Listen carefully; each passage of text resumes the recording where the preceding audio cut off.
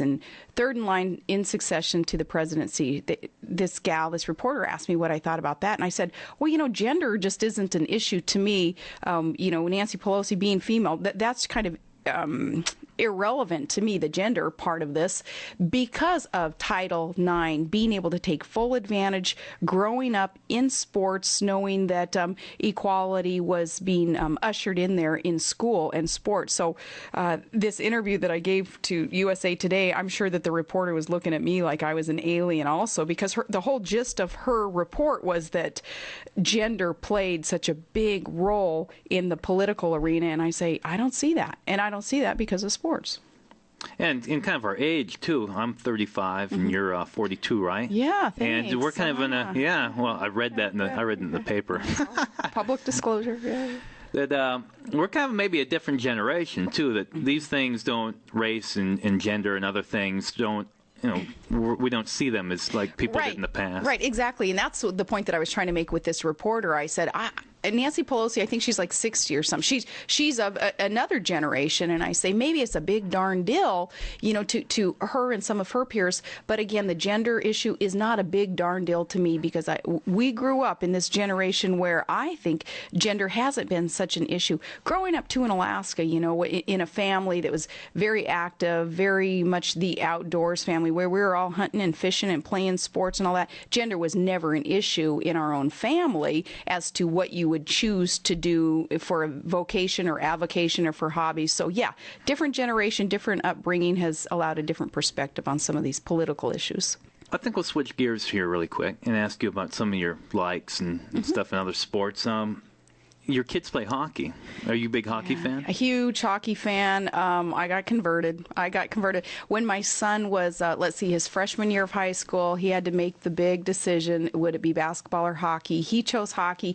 Broke my heart. I could not believe that that's like changing religions, that's a big darn deal. But he chose hockey, and took me a while to get over that decision, but absolutely converted me over to that sport too.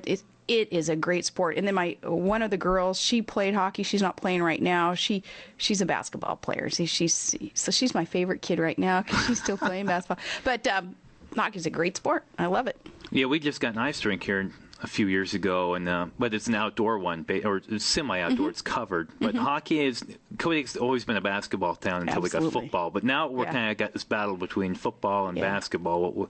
What's going to be the predominant one here in town? Oh, and I just warn all the parents of little kids who are interested in hockey, man. I warn you, it becomes your life, both financially and time-wise. Hockey is it's a huge commitment that is made for those kids who are really committed and want to go beyond even high school hockey. Huge commitment, but hey, it's another sport that is healthy, great competition obviously involved in the hockey arena, and if it keeps a kid on the straight and narrow and keeps them focused and keeps them having to be academically eligible to be able to play grade-wise, more power to these kids who are choosing hockey too. You ever go to the Aces games? I do. I love the Aces. I've never been to an Aces game. I've been to a T-Birds game, but I've never been to an Aces game. Aces are even more fun. They're more fun, I think, than NHL games because they fight more. I don't mind I like the semi-pros. Yeah, I like that. I mean, it's lots of grinding, lots of hard hits. I like that, and the refs, they let them play hockey, which that's what hockey's all about. It is being rough out there. I like it.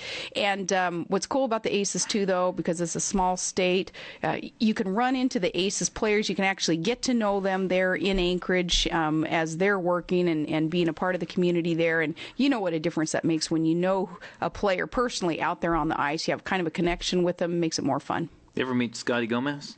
Yeah, I've met him a couple of times just as he's been.